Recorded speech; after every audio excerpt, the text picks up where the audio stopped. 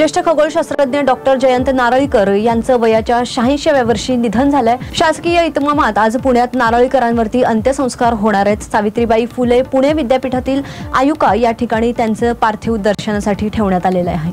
सध्या तिकडे काय परिस्थिती आहे जाणून घेऊया आमचे प्रतिनिधी प्रियंकाकडून। खगोलशास्त्रज्ञ जयंत नारळीकर यांनी 86व्या वर्षी वृद्धापकाळाने त्यांचं निधन झालेलं आहे। आणि जर आपण पाहिलं तर सर्वसामान्य मानवाला विज्ञानाचा उपयोग झाला पाहिजे, विज्ञाननिष्ठ विचारांवर ते स्वतः माणूस जो आहे तो पायावर उभा राहिला पाहिजे, अशा विचारांचे जे आहेत ते नारळीकर होते। आणि त्यांचं 86व्या वर्षी वृद्धापकाळाने निधन झालेले आपण जर पाहिलं तर सावित्रीबाई फुले पुणे विद्यापीठातील आयुका या ठिकाणी त्यांचं पार्थिव जे आहे ते संस्कारांसाठी दर्शनासाठी ठेवण्यात आलेले आहे। आपण जर पाहिलं तर या ठिकाणी अनेक मंडळी जे आहेत, अनेक लोक जे आहेत ते अंत्यसंस्कारासाठी अंत्यदर्शनासाठी आलेले आहेत आणि त्यांच्यावरती शासकीय इतमामात त्यांच्यावर अंत्यसंस्कार होणार आहेत। आपण पाहिलं तर उपमुख्यमंत्री अजित पवार त्याचबरोबर मुख्यमंत्री देवेंद्र फडणवीस यांनी देखील या ठिकाणी पार्थिवाचे दर्शन जे आहे ते घेतलेले आणि आपण ह्या ठिकाणाहून थेट ही दृश्य जी आहेत ती पाहू शकतो।